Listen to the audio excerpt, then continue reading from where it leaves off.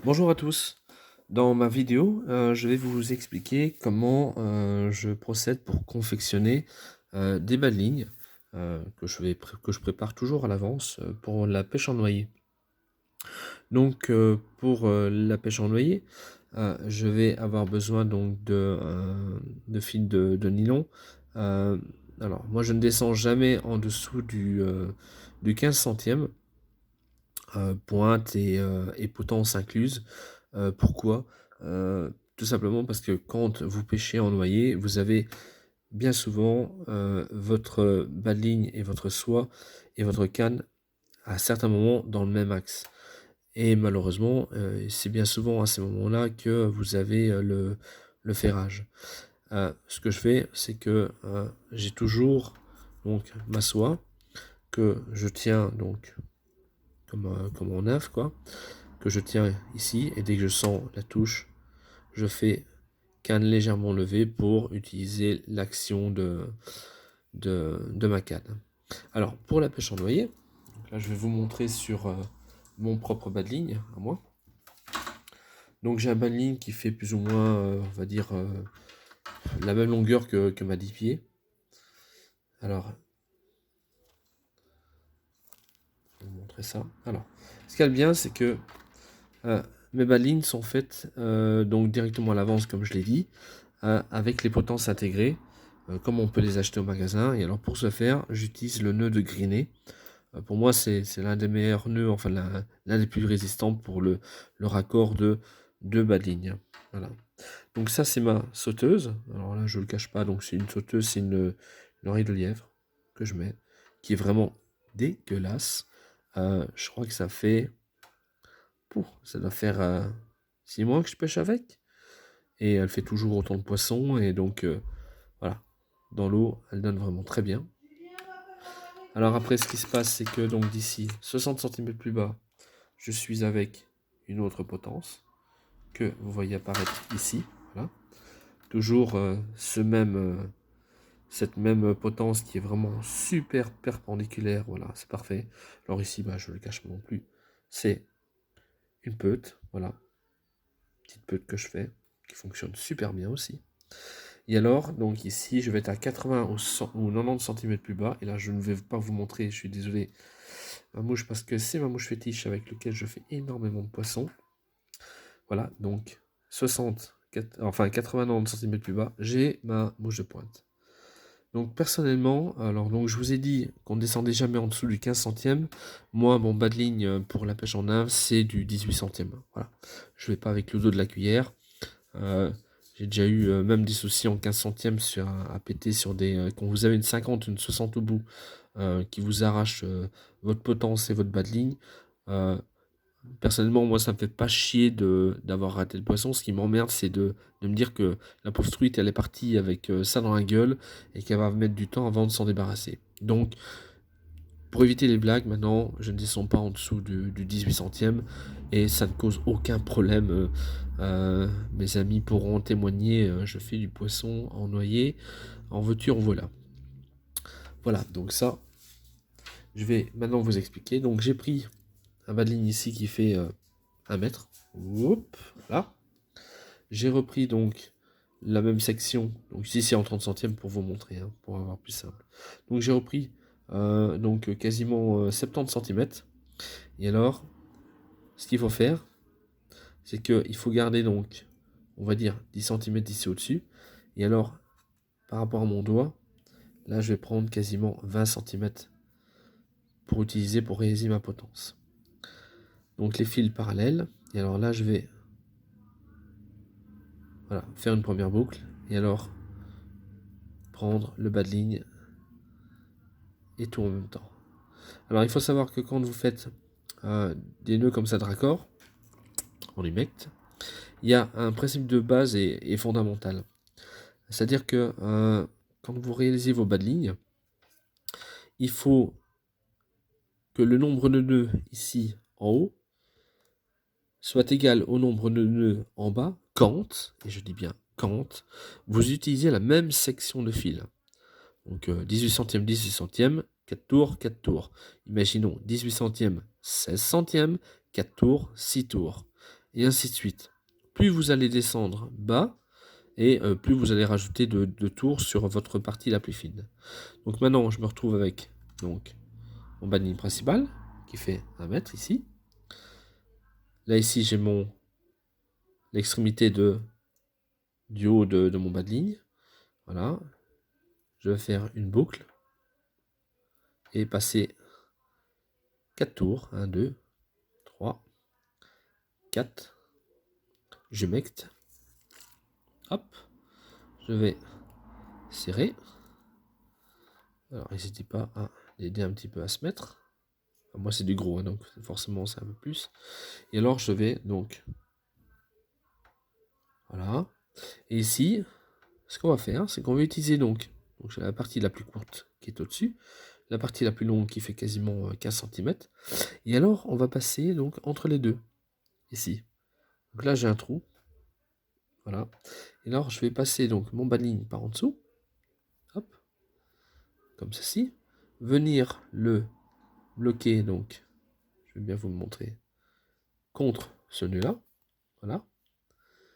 Je vais tenir et tirer d'un coup sec en tenant donc le bas de ligne. Hop. Voilà, comme ceci. Et là, je peux serrer sans problème, à fond. Il ne me reste plus qu'à couper le petit fil qui est ici.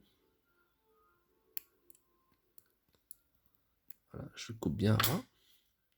Si vous voulez, vous pouvez mettre une petite goutte de cyano si vous hésitez. Et là, ici, voilà, je me retrouve avec ma première potence qui, je peux vous l'assurer, est hyper résistante. Voilà. Depuis que je fais ça, je ne perds pas de poisson sur mes potences. Voilà, comme ceci. Alors maintenant, je continue. Donc, 60 cm plus haut. Hop, ici.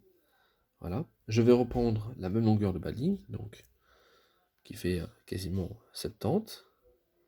Je vais laisser plus ou moins 15-20 cm dépassés.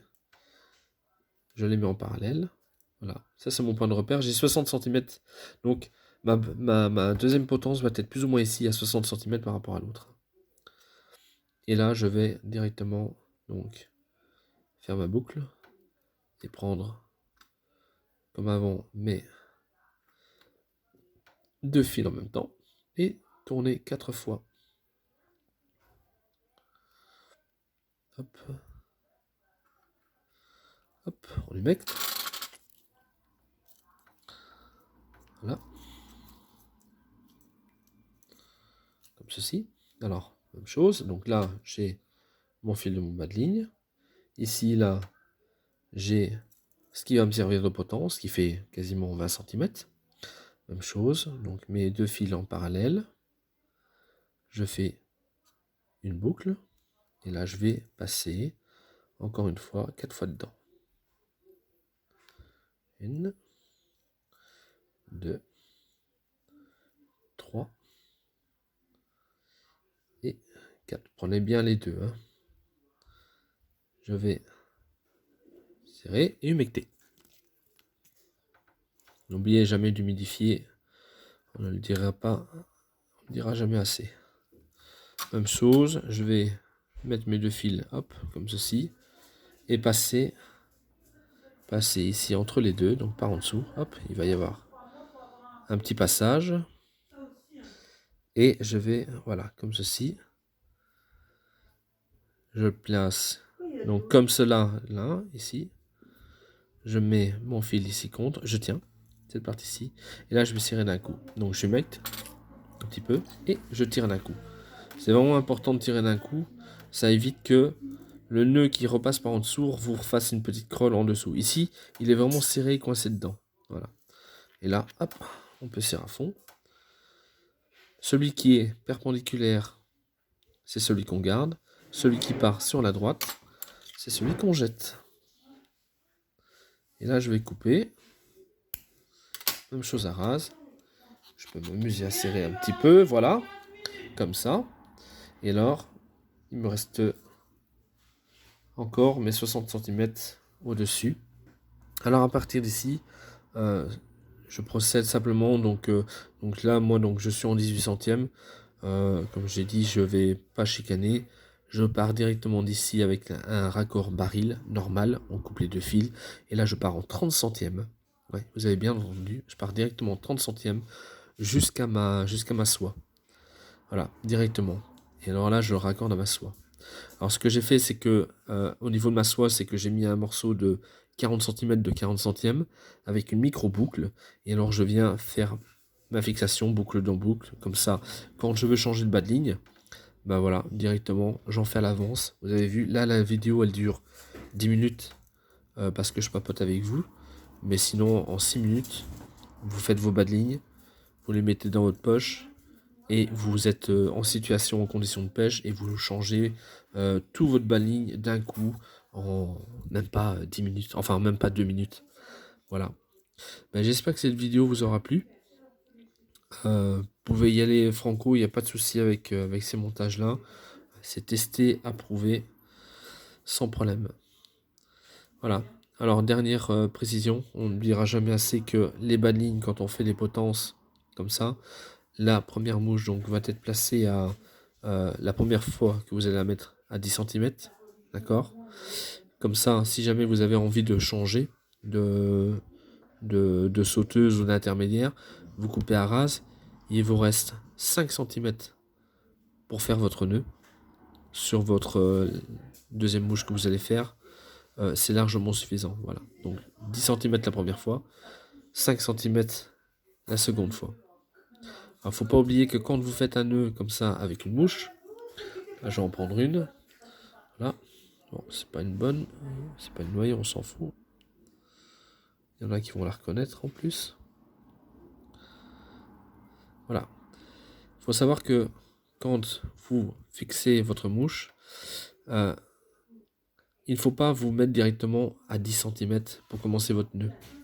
Parce que le nombre de tours que vous allez faire, la longueur de votre nœud, et au serrage, vous allez rallonger.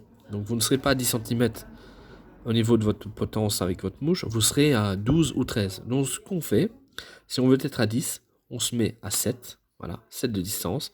Et là on fait son nœud, tac, tac, tac, tac, tac. Et quand vous allez serrer, la distance de votre nœud va se reporter, va rallonger. Et là vous allez vous retrouver, tac, en serrage à 10. Même chose pour un nœud à 5. Ben, je vais arriver, je vais me mettre à 2 ou 3 cm du bord. Je vais faire mon nœud, je vais serrer. Et en serrant, tac, je vais me retrouver à 5 cm. Ça, c'est très important à se rappeler. Ça évite de perdre des centimètres de fil pour rien. Voilà. Bon montage et bon bas de ligne à tous. Salut les amis.